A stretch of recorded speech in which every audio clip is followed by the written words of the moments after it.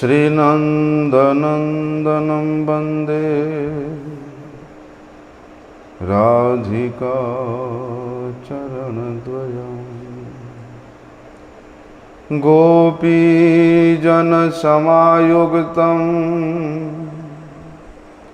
वृन्दावनमनोहरम्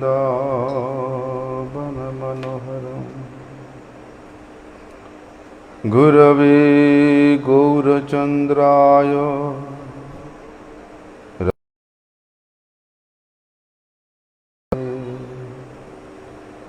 कृष्णाय कृष्णभक्ताय तद्भक्ताय नमो नमः। वंशाकल्पतरुभ्यश्च कृपा सिन्धुभ्यैव च पतितानं पावनेभ्यो वैष्णवेभ्यो नमो नमः। पतितपावन परम करुणामय परम आराध्यतम गुरुपाद पद्म नित्यलीला प्रविष्ट ओम विष्णुपाद परमहंस परिव्राजकाचार्य अष्टोत्तर श्री श्रीमद् शिल भक्ति वल्लभ तीर्थ गोस्वामी गुरु महाराज जी के श्री चरण कमल में अनंत कोटि साष्टांग दंडवत प्रणाम करते हुए उनकी अहेतु की कृपा प्रार्थना करता हूँ। परम आराध्यतम शिक्षा गुरुपाद पद्म नित्य लीला प्रविष्टम विष्णुपाद परमहंस शिल भक्ति विज्ञान भारती गोस्वामी महाराज के चरण कमल में अनंत कोटि साष्टांग दंडवत प्रणाम करते हुए उनकी अहेतु की कृपा।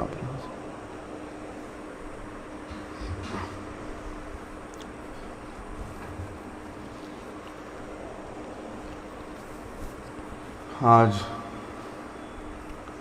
एक विशेष तिथि है। श्री लोकनाथ गोस्वामी ठाकुर का तिरोभाव तिथि पूजा महामहोत्सव। लोकनाथ गोस्वामी जी ये स्वयं भगवान श्री चैतन्य महाप्रभु जी के शिष्य थे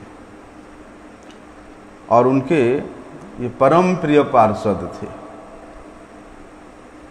इस प्रकार से भी कह सकते हैं कि उनसे अभिन्न थे, उनके इतना प्रिय थे।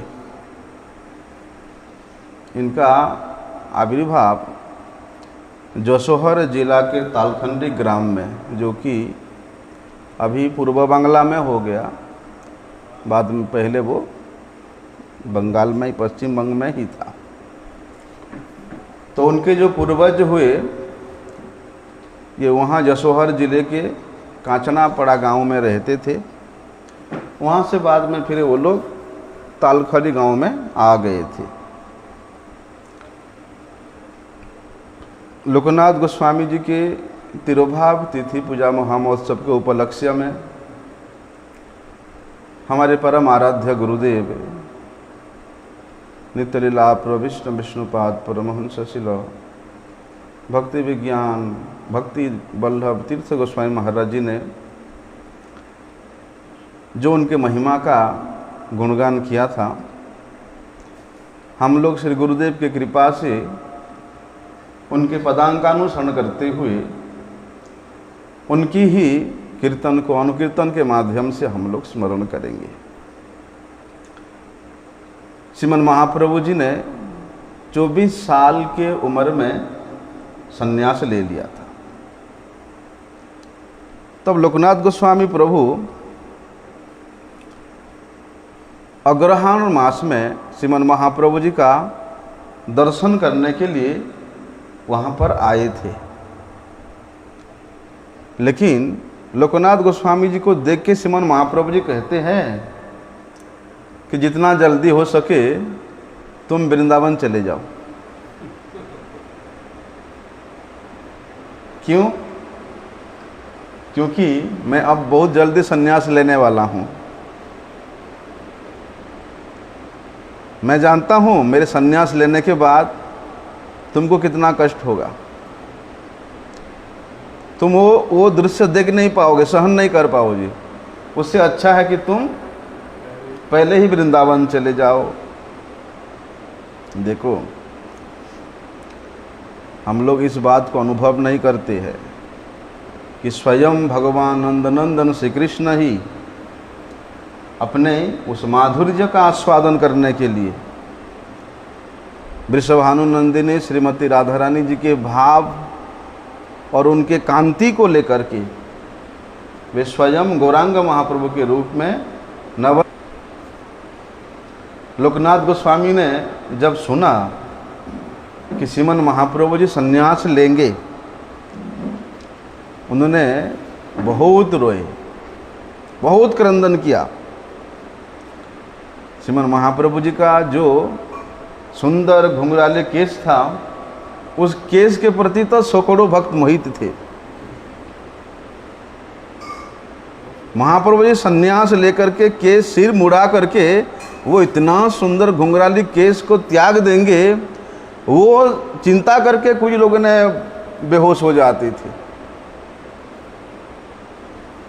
क्योंकि संन्यास के समय तो मुंडन होना ही पड़ेगा ना।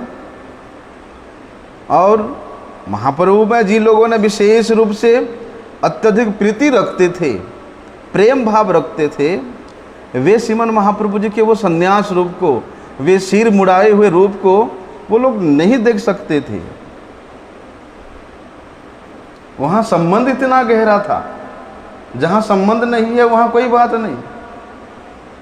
सिर मुड़ाए ना मुड़ाए कुछ लेना देना नहीं है, लेकिन जहाँ संबंध है वहाँ इतना अधिक तीव्र विरह होता है।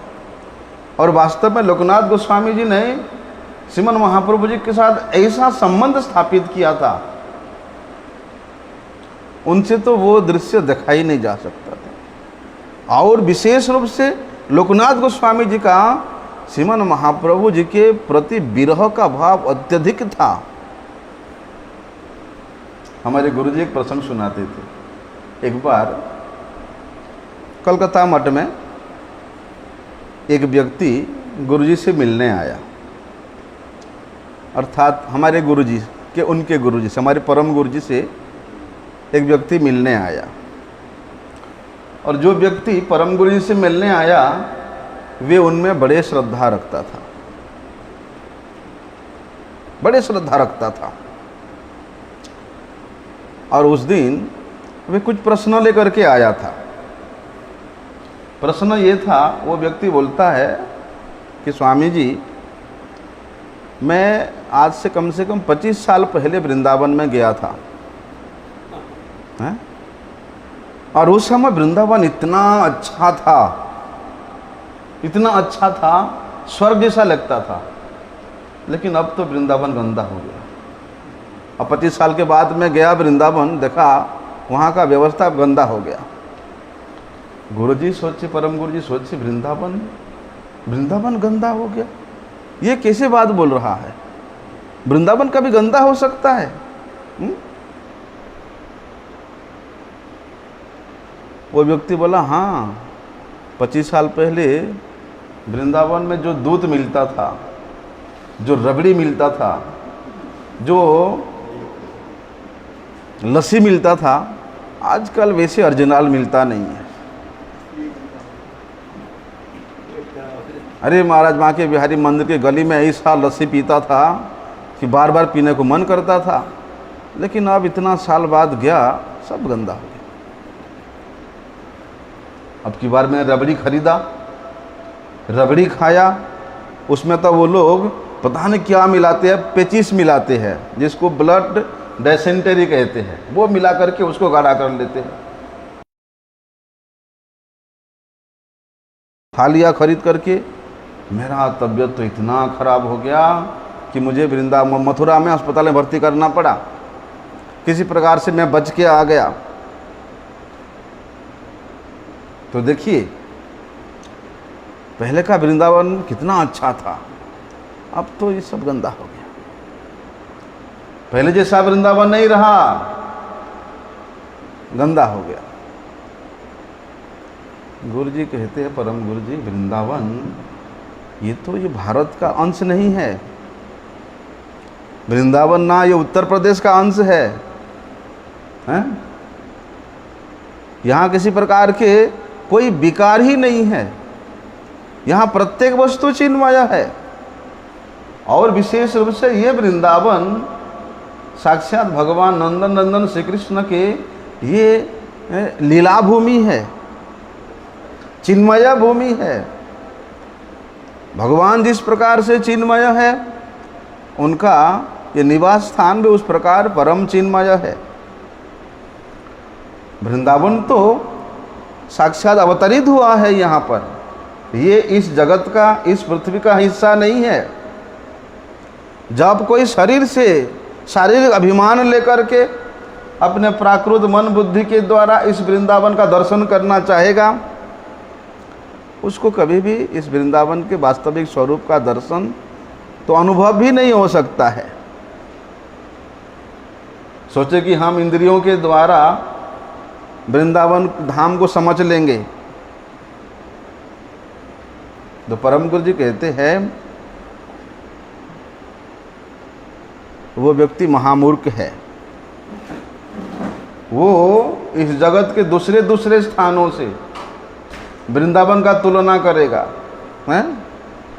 अरे इससे अच्छा तो दिल्ली है, इससे अच्छा तो मुंबई है, इससे अच्छा तो कलकत्ता है, क्योंकि वहाँ अच्छा अच्छा चीज़ मिलता है। बोलते वो सबसे बड़ा मूर्ख है, सबसे बड़ा अज्ञानी है। ये चिन्मय वृंदावन धाम का दर्शन करने के लिए अप्राकृत नेत्र चाहिए, चिन्मय नेत्र चाहिए। जब तक धाम के प्रति शरणागत नहीं होगे, तब धाम के वास्तविक स्वरूप हृदय में कभी भी प्रकाशित होगा ही नहीं। जो व्यक्ति अशरणागत होकर के यहाँ लस्सी कचौड़ी रबड़ी खाने के लिए आएगा, वो क्या धाम को समझेगा? वो क्या भगवान को समझेगा? वो तो धाम में आ ही नहीं सकता, प्रवेश ही नहीं कर सकता है।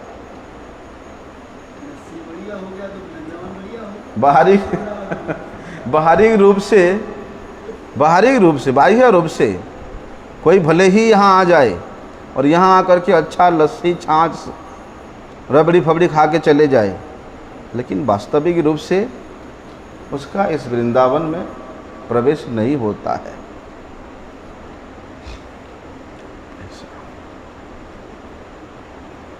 परम गुरु जी बताते थे कि कोई समझे विचार करे कि हमारे जैसे हड्डी मांस का शरीर है, भगवान का भी उस प्रकार का हड्डी मांस का शरीर है, हैं? हम जिस प्रकार इस गांव में इस घर में पले बड़े हैं, भगवान भी ऐसा ही वृंदावन नाम जंगल में पले बड़े हैं। उसमें क्या फ़र्क है? खासियत ये है कि वहाँ अच्छा मिलता है, लस्सी अच्छा मिलती है, ये खासियत है।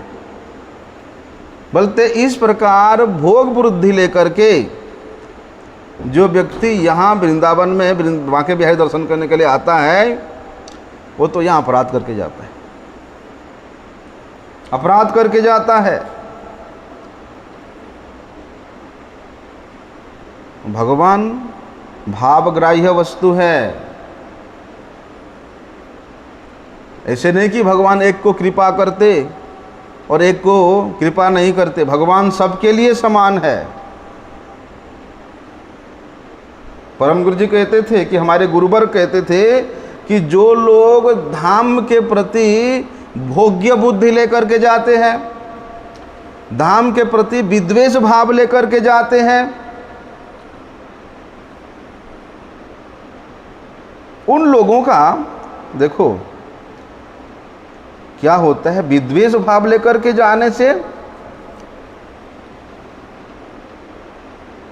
धाम में आया है, किसी ना किसी प्रकार से आया है, चाहे वो लस्सी खाने क्यों नहीं आया, उसी से उसका सुकृति हो जाता है।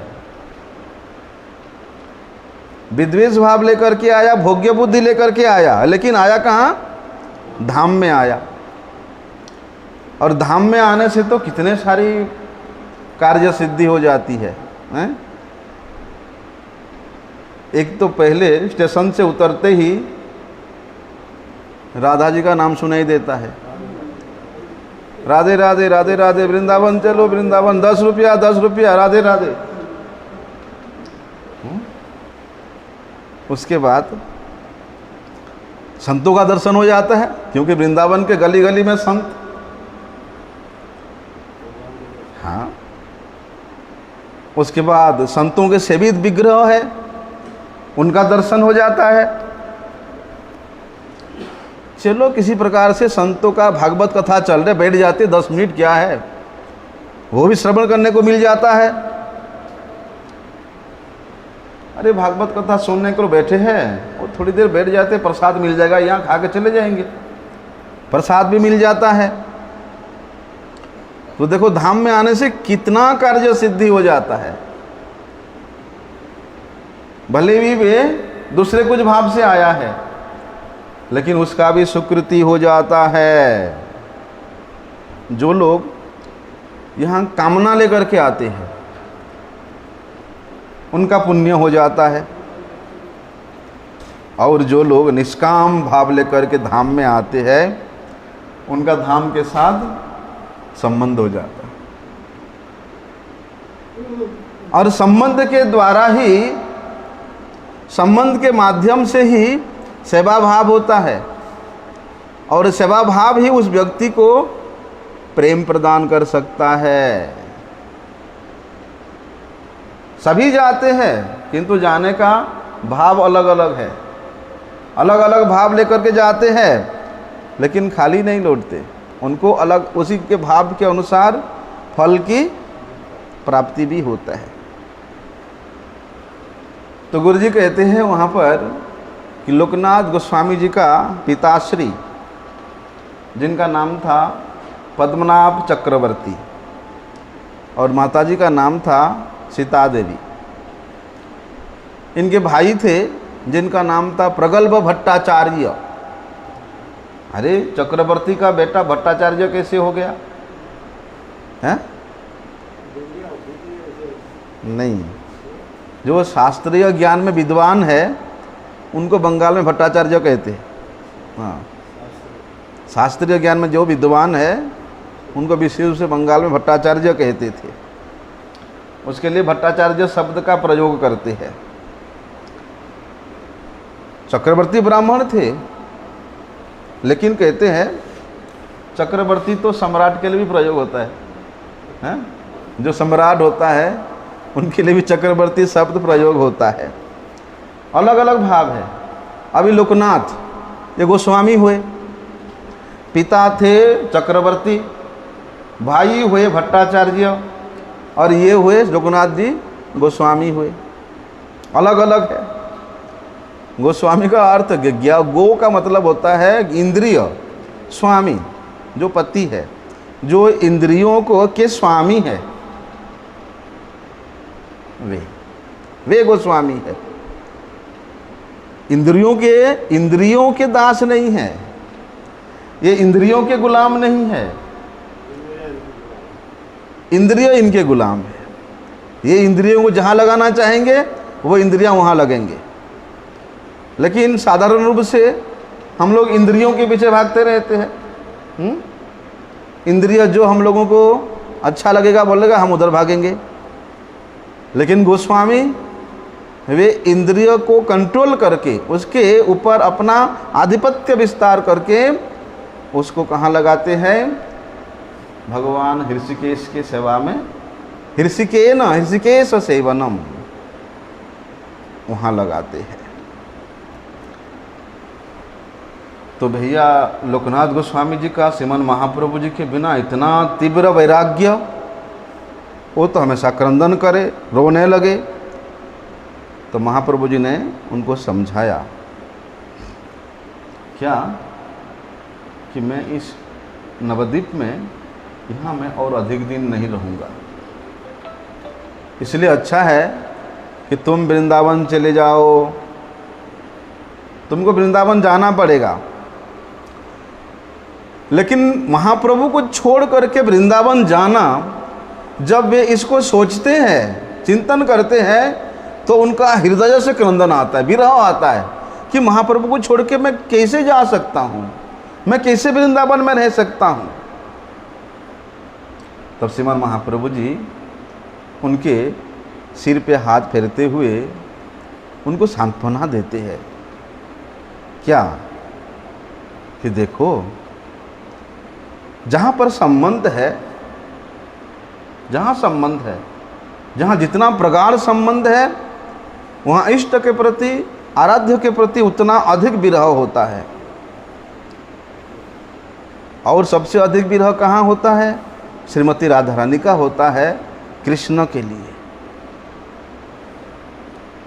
तो क्या उस विरह में उनको कृष्ण का संग नहीं मिलता? उस तीव्र विरह में क्या वे नंदनंदन श्री कृष्ण का दर्शन नहीं कर पाती है? नहीं। अधिकंतु विरह में जितना अधिक संग होता है, संजोग में नहीं होता। इसको तो अधिरूढ़ महाभाव कहते हैं। इस अधिरूढ़ महाभाव को आस्वादन करने के लिए ही श्रीमन महाप्रभु जी का अवतार है, इस भाव को प्रकट करने के लिए। तो श्रीमन महाप्रभु जी कहते हैं, लोकनाथ, इसमें नुकसान क्या है? और मैं तो हमेशा तुम्हारे साथ ही हूँ, तुम जब चिंतन करोगे मैं तुम्हारे हृदय में प्रकट हो जाता हूँ, तुम चिंता क्यों करते हो? बहुत समझाए। गुरुजी वहाँ बड़े सुंदर बात लिखते हैं। भूगर्भ गोस्वामी के विषय में थोड़ा सा वर्णन करते हैं कि भूगर्भोत्तम विश्रुतम। भूगर्भ का अर्थ होता है पृथ्वी का जो मध्य स्तर है, माध्यमिक स्तर, वहाँ से जो प्रकट होता है उसको भूगर्भ कहते हैं। और ये भूगर्भ गोस्वामी भी ये कृष्ण लीला में ये प्रेम मंजरी है। और लोकनाथ गोस्वामी जी का और भूगर्भ गोस्वामी जी का दोनों का इतना अधिक गाढ़ मित्रता है, गाढ़ सौहार्द्रता है। तो श्रीमन महाप्रभु जी ने जब लोकनाथ गोस्वामी जी को निर्देश दिया कि तुम वृंदावन जाओ, तो अब इनके मित्र थोड़ी छोड़ के रहेंगे, वे भी तैयार हो गए कि हम भी चलेंगे। तो श्रीमन महाप्रभु जी के जितने भी पार्षद हुए, उन पार्षदों में सबसे पहले यदि वृंदावन में कोई आया था तो ये भूगर्भ गोस्वामी और लोकनाथ गोस्वामी ही थे। उससे पहले सुबुद्धि राय आए थे, लेकिन वे यद्यपि श्रीमन महाप्रभु जी को विशेष श्रद्धा करते थे, गौड़ीय लेकिन उनको महाप्रभु जी का पार्षद नहीं कह सकते थे, उनको गौड़ीय के रूप में नहीं कह सकते थे। सुना है ना सुबुद्धि राय का नाम?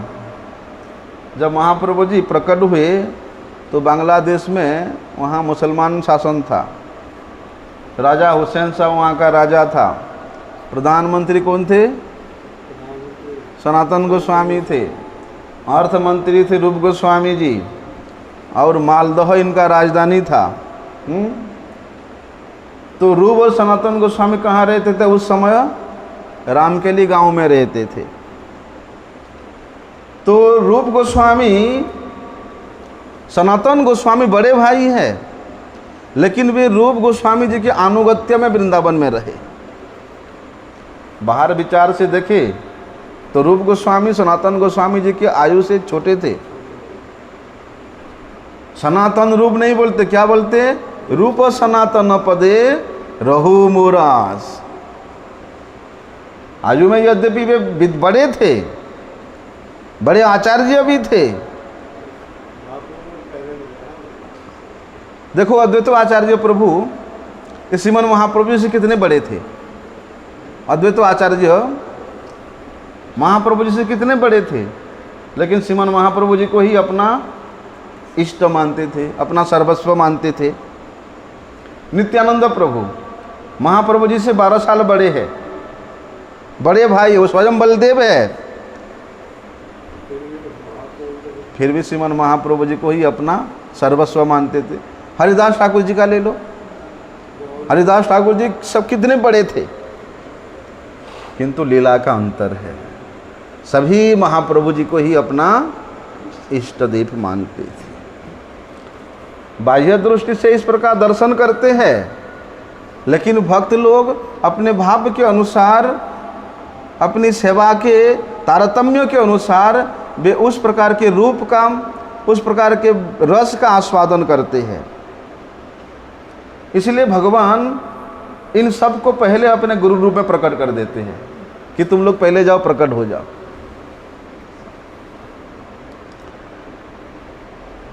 बाहरी दृष्टि से अलग है और भीतरी दृष्टि से वास्तविक है।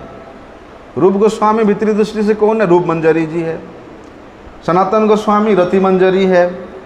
गोपाल भट्ट गोस्वामी अनंग मंजरी है। लोकनाथ गोस्वामी जी लीला मंजरी है। भूगर्भ गोस्वामी ये प्रेम मंजरी है। लेकिन बाहर से देखते हैं कि साधारण व्यक्ति जैसा, लेकिन ये सब मंजरी है, सब पार्षद है, सभी मंजरी है। तो श्रीमन महाप्रभु जी ने लोकनाथ गोस्वामी जी को बहुत समझाया। तब लोकनाथ गोस्वामी जी के हृदय में थोड़ा सा सांत्वना मिला। महाप्रभु जी कहते हैं तुम चिंता मत करो और भूगर्भ गोस्वामी जी को लेकर के तुम वृंदावन जाओ। यद्यपि लोकनाथ गोस्वामी जी के हृदय में श्रीमन महाप्रभु जी को छोड़ के जाने का, और पीछे महाप्रभु सारे कांड करने वाले हैं, कौन सी कांड करने वाले हैं? सिर मुड़ा करके संन्यास लेने वाले हैं। वो सबको चिंता करते करते, सोच सोच के, यद्यपि हृदय में अत्यंत विरह से क्रंदन कर रहा है, लेकिन उनका आदेश भी है। श्रीमन महाप्रभु जी का आदेश है, महाप्रभु जी का आज्ञा को तो उल्लंघन नहीं कर सकते, उसको भी पालन करना है। तो जो भी है, इस प्रकार लोकनाथ गोस्वामी जी सभी तीर्थों का भ्रमण करते करते वो वृंदावन पहुंचते हैं। जब वृंदावन पहुंचते हैं, वहाँ जब सुनाई दिया ऐसे, वहाँ उनको खबर मिला कि श्रीमन महाप्रभु जी संन्यास लेकर के वे दक्षिण भारत यात्रा में निकल पड़े हैं। अब भैया ये महात्मा क्या करते, वृंदावन से दक्षिण भारत गोदावरी के तट पर पैदल जाते हैं। कोई गाड़ी का सुविधा नहीं था। महाप्रभु जी से मिलने का इतना विह्वलता कि वृंदावन से गोदावरी दक्षिण भारत तक पैदल चल पड़े कि महाप्रभु जी वहाँ है। महीना लगा। वहाँ पहुँच के खबर मिला कि महाप्रभु वृंदावन पहुँच गए हैं। फिर वहाँ से भाग भाग के वृंदावन आए। 1-2 किलोमीटर नहीं भैया, कम से कम 2500 किलोमीटर है, 2100 किलोमीटर है वृंदावन से गोदावरी। फिर वृंदावन आए। अब वृंदावन आके खबर मिला कि श्रीमन महाप्रभु वृंदावन से तो वे प्रयाग को निकल गए हैं। फिर झटपट प्रयाग जाने के लिए तैयार हो गए पैदल। विरह की स्थिति कैसा देखो, विरह की स्थिति ना उसको दूर दूर दिखाई देता है, ना कष्ट दिखाई देता है, ना भूख लगता है, ना प्यास लगता है। बस मिलना है किसी प्रकार से, दर्शन करना है किसी प्रकार से।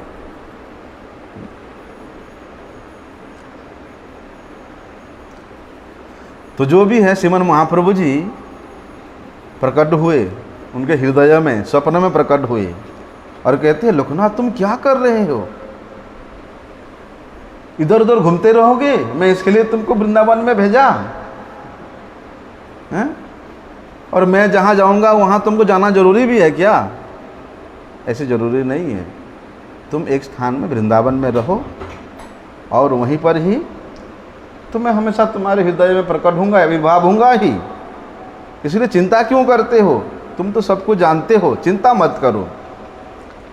वृंदावन में इधर उधर नहीं घूम करके एक जगह में रह करके तुम सेवा करो, भजन करो। तब उन्होंने वृंदावन का परिक्रमा किया। तो गुरुजी कहते थे कि जब हम लोग परिक्रमा के पार्टी ब्रजमंडल परिक्रमा में आता है और वहाँ खदिर वन में जाते हैं। वहाँ पर बकासुर वध का स्थान है, बड़े सुंदर सरोवर है, सुंदर जल है। वहाँ पर बैठ कर के उस स्थान के महिमा, और वहाँ लोकनाथ गोस्वामी जी का भजन स्थली है, उस स्थान के महिमा वहाँ सुनते हैं, श्रवण करते हैं। तो गुरु जी कहते थे नंदग्राम से जब हम लोग पैदल जाते हैं तो बहुत दूर नहीं है, लेकिन बकासुर वध का जो स्थान है वहाँ तालाब है, सुंदर सरोवर है, बड़े सुंदर पानी है। और उस स्थान पर जब ग्वाल बालों को बहुत प्यास लगा और सभी ग्वाल बालों ने पानी पीने की इच्छा किया, तब वो पीने के लिए उस सरोवर के तट पर गए। तो वहाँ पर वे बकासुर ने किया वे सारी ग्वाल बाल तो बकासुर को देख करके भाग के आ गए, लेकिन कृष्ण नहीं डरे। बकासुर ने किया कृष्ण को निगल लिया। ग्वाल बाल देखते हैं, अरे कृष्ण को बकासुर ने निगल दिया। सभी लोग मूर्छित हो गए। बाद में भगवान कृष्ण ने बकासुर के पेट के अंदर में एक जोर से मुक्का मारा। बकासुर सहन नहीं कर पाया और कृष्ण को उल्टी कर दिया। पुनः श्री कृष्ण को दोबारा खाने के लिए गया। तो श्री कृष्ण क्या करते हैं, वे भी अपना स्वरूप को बड़ा करके उसके दोनों चोंच को पकड़ करके चीर देते हैं। तो गुरुजी वहाँ कहते थे, भैया कि कपटता का आश्रय लेकर के या धृष्टता का आश्रय लेकर के कभी भी भगवत प्राप्ति नहीं हो सकता है। और ये जो बकासुर था ये कपटता का निदर्शन था।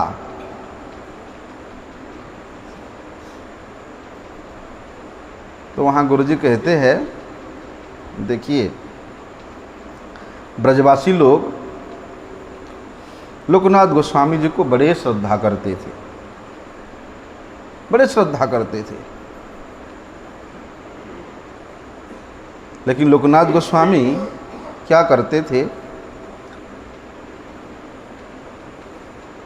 वहाँ जो पास में किशोरी कुंड है, जावट में है ना वहाँ भी कहीं किशोरी कुंड है क्या? तो वहाँ की किशोरी कुंड में लोकनाथ गोस्वामी जी बड़े आनंद से डूब करके श्री कृष्ण लीला का चिंतन करते करते वे कीर्तन कर रहे थे। उनके मन में इच्छा हुआ कि धाम का इतना सौंदर्य है और ये धाम में लीला करने वाला जो श्री कृष्ण है उसका कितना सौंदर्य होगा। इसलिए वे सौंदर्य के परम आश्रय श्री कृष्ण यदि मुझे प्राप्त हो जाए तो मैं उनका बड़े प्रेम से सेवा करता। ऐसे सोच ही रहे थे, इतने में स्वयं कृष्ण ही एक ब्रजवासी गोप के रूप में आया और लोकनाथ गोस्वामी जी को 2 विग्रह दिया और बोला कि ये राधा विनोद जी है, इनका तुम सेवा करना। लोकनाथ गोस्वामी कहते हैं कि आपको ये इतना सुंदर विग्रह राधा विनोद जी को किसने दिया? तो वे विग्रह स्वयं हंसते हंसते कह रहे हैं, हमको कौन देगा? हम स्वयं, तुम्हारी इच्छा हुआ हम चल करके स्वयं आए तुम्हारे पास।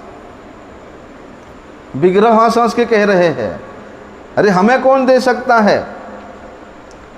तुम्हारे हृदय में हमारे सेवा करने के लिए इतना उत्कंठा था, और उस उत्कंठा को देख करके हम लोग आकर्षित होकर के आ गए।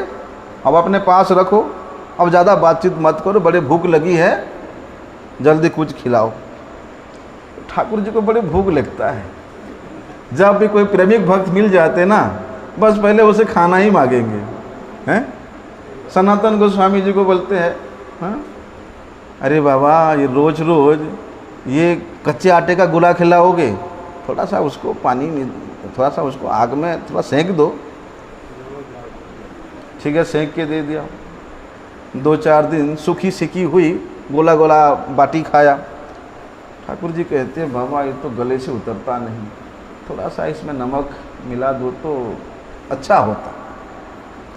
बाबा कहते आज नमक मांग रहे हो, काल बोलोगे घी लगाओ, परसों बोलोगे सब्जी बनाओ, मेरे से नहीं होता। ऐसा देखो, तो यहाँ ठाकुर जी बोलते हैं कुछ खिलाओ। अरे वो तो बाबा है, कभी इस पेड़ के नीचे कभी उस पेड़ के नीचे रहता है, उसको खाना मांग रहा है अभी। हैं? लोकनाथ गोस्वामी जी सुन करके प्रेमाश्रु प्रवाहित करने लगे।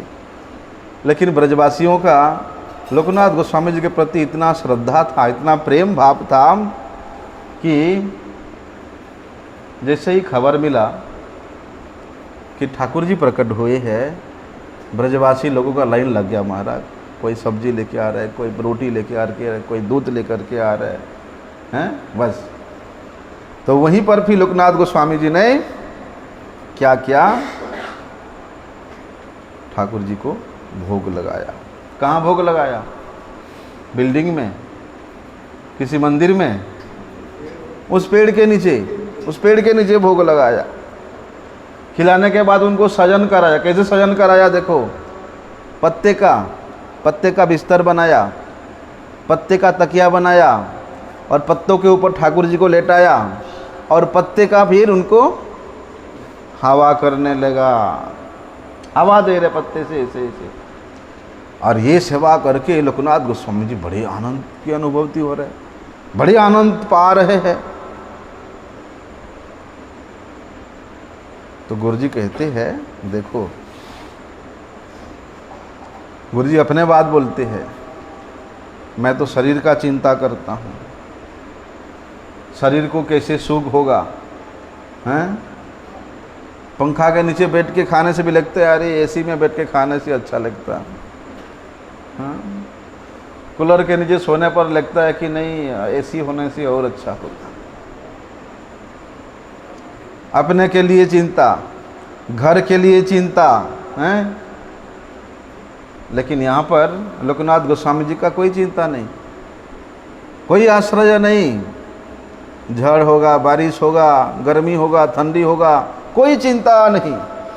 पेड़ के नीचे उन्होंने उस विग्रह को प्राप्त किया और पेड़ के नीचे ही उनका सब सेवा चल रहा है। खाना पीना सोना सब सेवा पेड़ के नीचे चल रहा है। वास्तव में जब विग्रह का विशेष आग्रह के साथ उनका दर्शन होता है तब जाकर के उनसे संबंध होता है, और संबंधित होकर के, संबंध युक्त होकर के जब सेवा होता है, वो सेवा में महाराज जो आनंद है, वो तो उस आनंद में फिर सेवक अपना खाना पीना सब भूल जाता है। ऐसे आनंद होता है।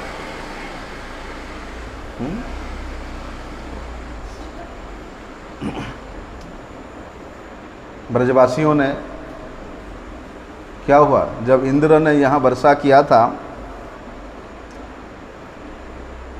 भगवान श्री कृष्ण कहते हैं कि सब लोग वहाँ पेंठा में आ जाओ, पेंट गांव में आ जाओ। वहाँ बहुत बड़ा कदम का वृक्ष है। क्यों? क्योंकि ब्रजवासियों ने यज्ञ नहीं किया, इंद्र यज्ञ नहीं किया, इंद्र को उसका भाग नहीं दिया। अब इंद्र क्रोधित हो गया, वर्षा करके पूरे ब्रज को डुबा देगा। श्री कृष्ण सभी ब्रजवासियों को कहते हैं कि आ जाओ भैया, आपने बैलगाड़ी में घर के सारे सामान लेकर के आ जाओ। सभी ब्रजवासी आ गए, बड़े चिंतित है। वहाँ भी पानी भरने लगा। ब्रजवासी कहते हैं लाला अब तो हमारा रक्षा कौन करेगा? कन्हैया कहते तुम चिंता क्यों करते हो, देखो इतना विशाल गिरिराज जी मैं अभी धारण करता हूँ, तुम सब नीचे आ जाना। ब्रजवासी कहते हैं अरे लाला तू इतना विशाल गिरिराज जी को उठाएगा, हमें तो भैया विश्वास ना है रो है। अरे हाँ मैं उठा दूंगा, परीक्षा करके देख लो। तो ब्रजवासी कहते ये जो बड़ा सा कदम का वृक्ष है उसको ऐसे मरोड़ करके दिखा दे, तब हम विश्वास करेंगे। बस कन्हैया ने इतना विशाल जो कदम का वृक्ष है ऐसे पकड़ करके ऐसे मरोड़ दिया, जैसे रस्सी कपड़े मोड़ते हैं ना, कपड़े को निचोड़ते हैं, ऐसे निचोड़ दिया। तो ब्रजवासी बोलती अरे हाँ ये तो कर सकता है भैया। ब्रजवासी कहते हैं लाला तुम्हारे हाथ इतना नरम हाथ है, तुम इतनी नरम हाथ में इतना बड़ा पहाड़ को कैसे उठाओगे? तुम्हारे हाथों में घाव हो जाएगा, जख्मी हो जाएगा। कृष्ण कहते हैं अगर मैं गिरिराज जी को नहीं उठाऊं तो फिर तुम्हारा रक्षा कौन करेगा, कैसे होगा? तो तुम लोग देख लिया ना कि इतना बड़ा विशाल जो कदम वृक्ष है उसको मैंने मरोड़ लिया, अब तो विश्वास हो गया। ब्रजवासी कहते ठीक है। देखते देखते श्री कृष्ण ने गिरिराज जी को धारण कर लिया। जैसे गिरिराज जी उठाया, सभी ब्रजवासी सोचते हैं अरे पता नहीं ये कभी गिरा भी दे, हैं क्या पता। सभी लोगों ने अपने अपने लाठियां लगा दिया भैया। बड़े बड़े सुंदर लीला है, हैं? देखो तो गुरु जी कहते थे कि जब हम लोग ब्रजबनवल परिक्रमा में वहाँ गिरिराज जी में जाते हैं, सबसे पहले बस की चिंता रहती है कि मेरे सीट में कोई ना बैठ जाए। मैं कल जो सीट में बैठा था उसी में ही बैठूंगा, अगर दूसरा बैठ जाए तो लड़ाई करूंगा मैं। खाना पीने का व्यवस्था भैया ठीक होना चाहिए, बराबर टाइम पे खाना मिलना चाहिए। अगर व्यवस्था ठीक नहीं हुआ तो गुस्से करते हैं, अरे अगली बार हम चैतन्य गौड़िया मठ के साथ परिक्रमा नहीं करेंगे, वो लोग अच्छा व्यवस्था नहीं करते हैं। किंतु वहाँ क्या हुआ, ब्रजवासियों ने महाराज 7 दिन 7 रात्रि तक ना कुछ खाया, ना कुछ पिया, ना ही सोया। गुरु जी कहते श्रीमद् भागवत में लिखा है, भागवत कोई झूठ नहीं बोलता। क्यों? भगवान का सौंदर्य देख करके, उस गिरधारी गोपाल के सुमधुर रूप को देख करके वे सभी ब्रजवासी आनंद में इतना निमग्न हो गए कि वे अपना खाना पीना सोना तक भूल गए। अरे जहां केवल भगवान के रूप को देखने का आकांक्षा रहती है, वहां कितना संबंध होगा। और वे संबंध युक्त होने के कारण सभी भक्त अपने अपने सख्य रस में देख रहा है। वात्सल्यमयी माता है, वात्सल्य रस में देख रहे हैं। माधुर्यमयी गोपिकाएं माधुर्य रस में देख रहे हैं। भगवान उस गिरिराज धारण करते हुए सखा भाव के भक्तों को, दास भाव के भक्तों को, वात्सल्य भाव के भक्तों को और गोपिकाओं को, सबके जिस प्रकार का भाव है उसी भाव के अनुसार सबको अपने रूप दिखा करके उनको आनंद प्रदान कर रहे हैं। परंतु वे सब लोग श्री कृष्ण को देखना चाहते थे, श्री कृष्ण को निहारना चाहते थे, क्योंकि सभी ब्रजवासी इस प्रकार श्री कृष्ण को कभी दर्शन नहीं कर पाते थे। क्योंकि ये नटखट है, सुबह से उठ करके भागेगा गौशाला में और वहीं से आकर के झटट पटट नहा धो करके गौओं बछड़ों जंगल में चला जाएगा, शाम को आएगा। तो जो लोग दर्शन नहीं कर पाते थे, ब्रजवासी गांवों के मन में बड़े कष्ट रहता था। अरे सखाओं का देखो कितना सौभाग्य है कि वे पूरे दिन जंगल में लाला के साथ, कन्हैया के साथ रहते हैं। वन के हिरनियां वे कितना सौभाग्यशाली है कि वे वन में श्री कृष्ण का दर्शन भी करती है और कानों से उसके सुमधुर बांसुरी की आवाज़ भी सुनती है। हमसे श्रेष्ठ तो वे वन के पशु पक्षी बंदर है। तो सभी ब्रजवासियों के मन में कसक था कि हमको उस प्रकार का दर्शन नहीं हो रहा है। उन ब्रजवासियों के मन के इच्छा को पूर्ण करने के लिए भगवान सबके सामने 7 दिन तक खड़े हैं। देख लो भैया, ऊपर से नीचे तो देख लो पूरे मन से देखो।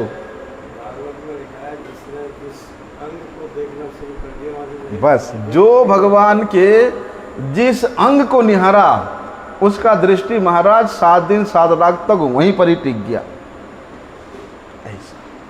तो उन सब ब्रजवासियों के इच्छा की पूर्ति करने के लिए भगवान ने ही इंद्र को निमंत्रण दिया तो ऐसा कर। इंद्र को प्रेरणा भगवान नहीं दिया, नहीं तो एकत्रित नहीं होंगे। कोई बोलेगा अरे भैया अभी हमारा काम है, ये है वो है तमाम कुछ हैं।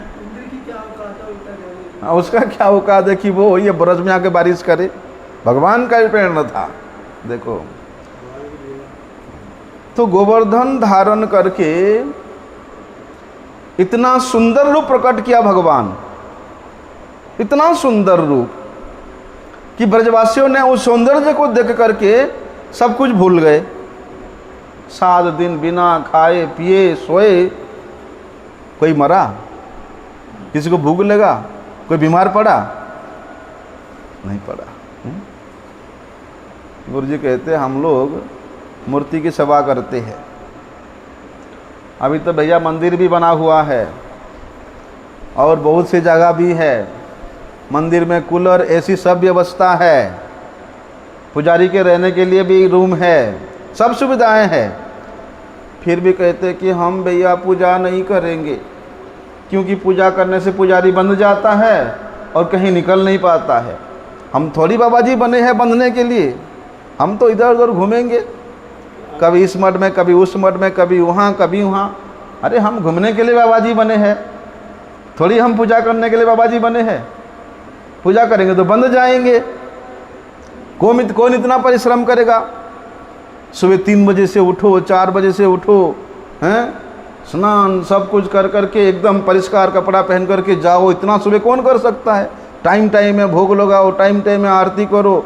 राम राम, हम इसके लिए बाबा जी नहीं बने भैया। बहुत इतना परिश्रम कौन करेगा? अभी पैसे दे करके पुजारी रखो, बर्तन धोने वाला भी पैसे दे करके रखो, मंदिर का साफ सफाई करने वाला भी पैसे दे करके रखो, रसोई करने वाला भी पैसे दे करके रखो। हम कुछ नहीं करेंगे। हम बाबा जी बने हैं क्या? ये झाड़ू पोछा लगाने के लिए बाबा जी बने हैं? बर्तन धोने के लिए बाबा जी बने हैं? हम तो माला करेंगे, माला जप करने के लिए बाबा जी बने। गुरु जी कहते थे एक बात, रास बिहारी एवेन्यू में वहाँ एक घटना हुआ। गुरु जी भी परम गुरु जी के साथ में थे। तो उस समय रास बिहारी एवेन्यू में जो मंदिर था वो 3रे मंजिल के कमरे में था। और भैया बड़े गर्मी होता था। तो पहले ऐसे पंखा नहीं था। आजकल भी वृंदावन में कहीं कहीं ऐसे रस्सी वाला पंखा है। मंदिर के बाहर से रस्सी लगाया होता है और ठाकुर जी के सामने वो कपड़े का पंखा आजकल भी चलता है। दाऊजी में है, बहुत जगह में आजकल। गोपीनाथ मंदिर में भी है, वहाँ मदन मोहन करौली में भी है। हाँ, तो वो सिस्टम था। और स्वयं परम गुरु जी 3-3, 4-4 घंटा दोपहर में बैठ करके ठाकुर जी को पंखा करते थे, मंदिर के बाहर बैठ करके। अभी क्या हुआ, परम गुरु जी 15-20 दिन के लिए प्रचार में गए। पीछे से मठ के जो ब्रह्मचारी लोग हैं वो लोगों ने ऐसा पंखा लगा दिया, बिजली वाला पंखा मंदिर में पंखा लगा दिया। देखो, जब परम गुरु जी वापिस आए, उन्होंने देखा कि वो वाला पंखा, रस्सी वाला पंखा उतार के वहाँ बिजली वाला पंखा लगा दिया है। परम गुरु जी को पसंद नहीं आया। परम गुरु जी कहते तुम लोगों को ठाकुर जी का सेवा करने को अच्छा नहीं लगता है, हैं? अरे मैं चाहता तो मैं भी एक पंखा क्यों 100 पंखा लगा सकता था। जब तुम्हारा शक्ति ठाकुर जी के सेवा में नहीं लगेगा तो ठाकुर जी से साथ प्रीति कहाँ से होगा, संबंध कहाँ से होगा। सेव्य है वो, सेवा कराने के लिए है, सेवा देने के लिए सेव्य है वो। और ये बिजली अगर उसका सेवा करेगा, हाँ, कि हमारे पास पैसे आ गया तो हम एसी लगा देंगे, पंखा लगा देंगे, उसमें वो बिजली वाला कैसे स्वीकृति होगा? बिजली को ही सवा का भाव मिलेगा। तो देखो जो भी है, गुरु जी बोलते हैं उस समय उन्होंने परम गुरु जी को मुख को देख करके समझ गए कि परम गुरु जी बड़े निराश है, हताश है। वे हताश होकर के सिर में हाथ दे करके बैठ गए। बोलते अभी ये हाल है, आने वाले टाइम भविष्य में क्या हाल होगा? देखो फिर क्या हुआ। वहीं पर ही जो भंडारी था वो एक बूढ़ा आदमी था, बांग्लादेश का था। और उस समय तो बांग्लादेश भारत के अंदर में ही था। क्या होता है, वे भंडारी बूढ़ा बाबा परम गुरु जी के पास आया और कहता है गुरुजी, ये जो लड़का अभी रसोई करता है अच्छा करता है, दोनों टाइम का रसोई करता है, बड़ा परिश्रम करता है और उसको अकेले को सुबह शाम सब रसोई करके बड़े थक जाता है। एक नौकर रखने से अच्छा है जो बर्तन फर्तन धो देगा, रसोई घर को थोड़ा साफ सफाई कर देगा। तो परम गुरु जी कहते हैं यहाँ जो ये ब्रह्मचारी लोग हैं ये लोग क्या करेंगे? यहाँ बैठने के लिए आए हैं, बैठ बैठ के खाने के लिए आए हैं। सेवा नहीं करने से उत्साह नहीं रहता और उत्साह नहीं होने से हरि कथा कीर्तन में रुचि नहीं होता और हरि कथा कीर्तन में रुचि नहीं होने से भगवान के साथ संबंध नहीं होगा और संबंध नहीं होने से फिर मठबाज करने का क्या फायदा है? अभी बोलोगे बर्तन धोने के लिए पैसे वाला रखो, रसोई करने के लिए पैसे वाला रखो, हैं? तो परम गुरु जी कहते हैं कि प्रभुपाद जी के समय में ये सब व्यवस्था नहीं था। वहाँ ठाकुर जी के लिए सब्जी बाजार से नहीं आता था, मठ के ज़मीन में ही सब्जी होता था, मठ के ज़मीन में ही अनाज होता था और सब सेवा मठवासी ही करता था, ब्रह्मचारी लोग ही करता था, सन्यासी लोग ही करता था। लेकिन वो जो बूढ़ा भंडारी बाबा है एक दो बार ने बार बार आकर के बोलता है परम गुरु जी को कि गुरु जी ऐसा कर दीजिए, बड़े प्रॉब्लम होता है, ये करता है। तब गुरु जी का इच्छा नहीं था, लेकिन गुरु जी बोले ठीक है तुम्हारे जैसे इच्छा करो। लेकिन परम गुरु जी खुश नहीं थे, बड़े हताश थे। अंत में परम गुरु जी कहते हैं ठीक है भैया अच्छा है रख लो, किंतु भीतर से उन्होंने नहीं बोला।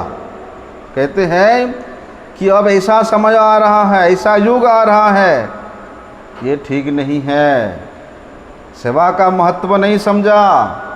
मठ में बहुत सेवक है लेकिन सेवा करने के लिए कोई नहीं है। सेवा करने की बात आएगा बोलते मेरा सेवा नहीं है, मैं क्यों करूँगा? तुम यहाँ ड्यूटी करने के लिए आए हो कि सेवा मेरा नहीं है, मैं नहीं करूँगा।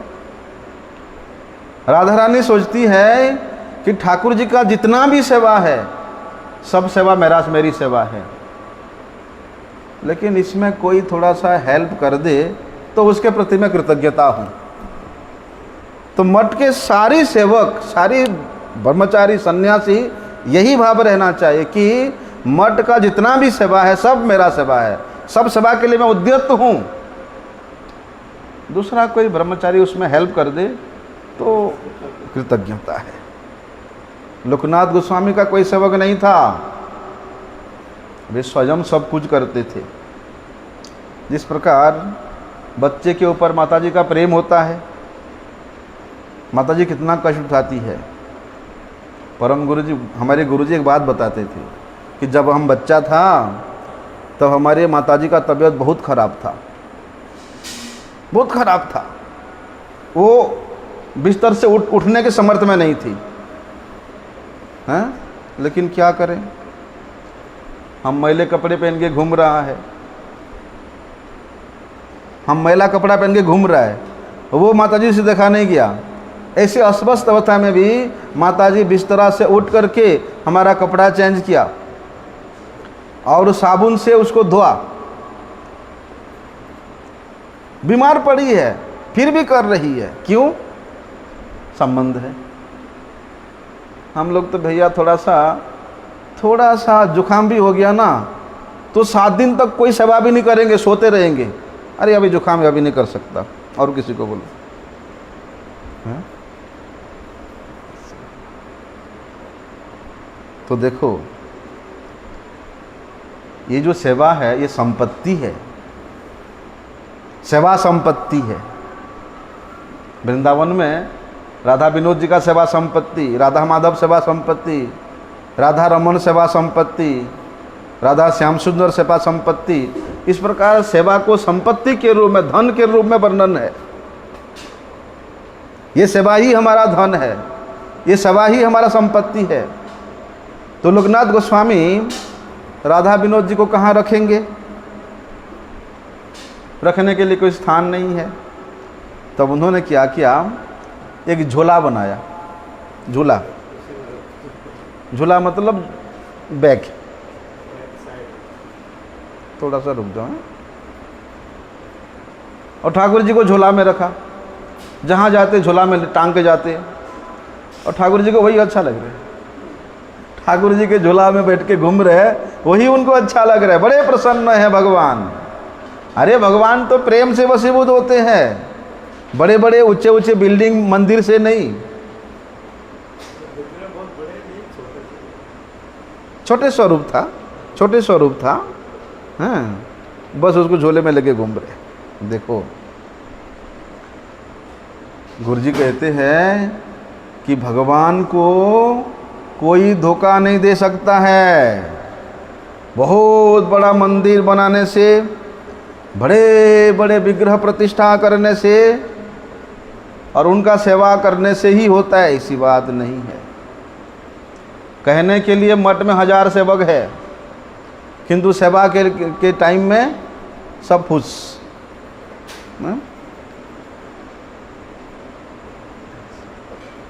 क्यों? क्योंकि वहाँ अगर संसार का काम बोलो तो भाग भाग के जाएगा। वही मठवासी, वही ब्रह्मचारी, वही बाबा जी यदि उस शादी कर लेता है, विवाह कर लेता है, तो वो सुबह से शाम तक गधे जैसा परिश्रम करेगा जा कर के।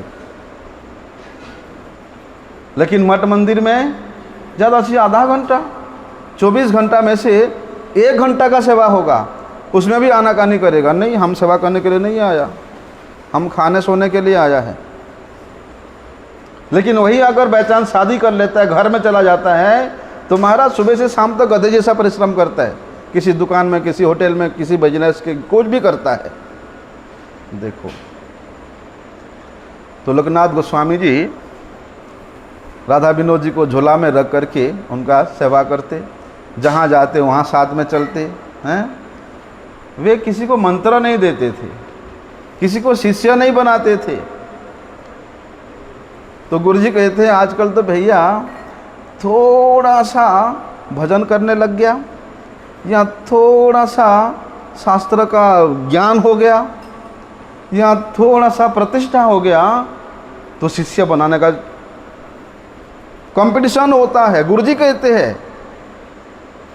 हैं वो व्यक्ति बोलता है कि अभी मैं नियम पालन नहीं कर सकता हूँ। अरे तुम माला ले तो लो, हरिनाम तो ले लो, बाद में करते रहना धीरे धीरे पालन।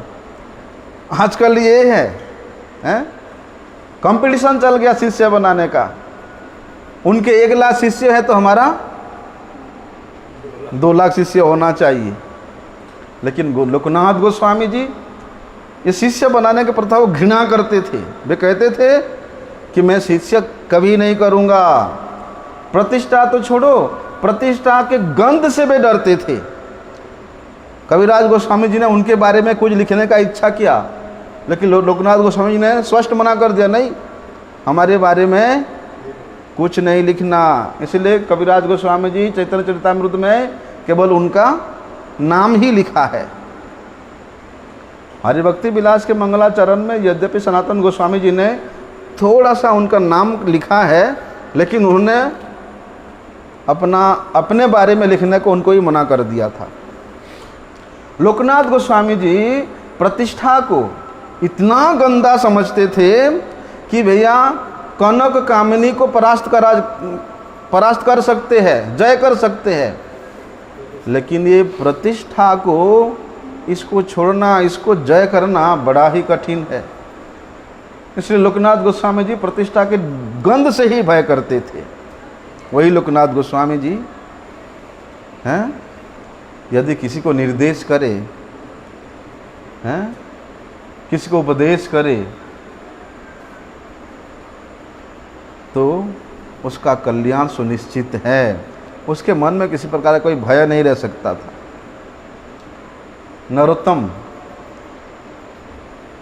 कृष्णानंद दत्त का पुत्र, राजा का पुत्र नरोत्तम, हैं, क्या किया देखो। जिस जगह में वे मल त्याग करने के लिए जाते थे, वहां केवल वे अकेले नहीं जाते थे, बहुत लोग जाते थे उस जगह को मल त्याग करने के लिए, बड़े बदबू होता था।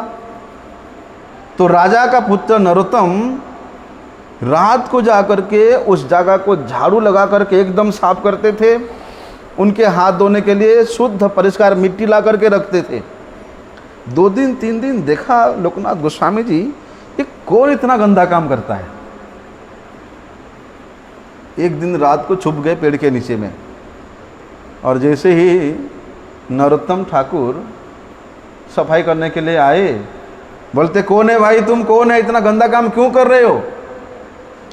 सामने नरोत्तम ठाकुर हाथ जोड़े खड़े, अरे राजा का पुत्र, तुम इतना गंदा काम कर रहे हो, टट्टी जगह आके साफ कर रहे हो।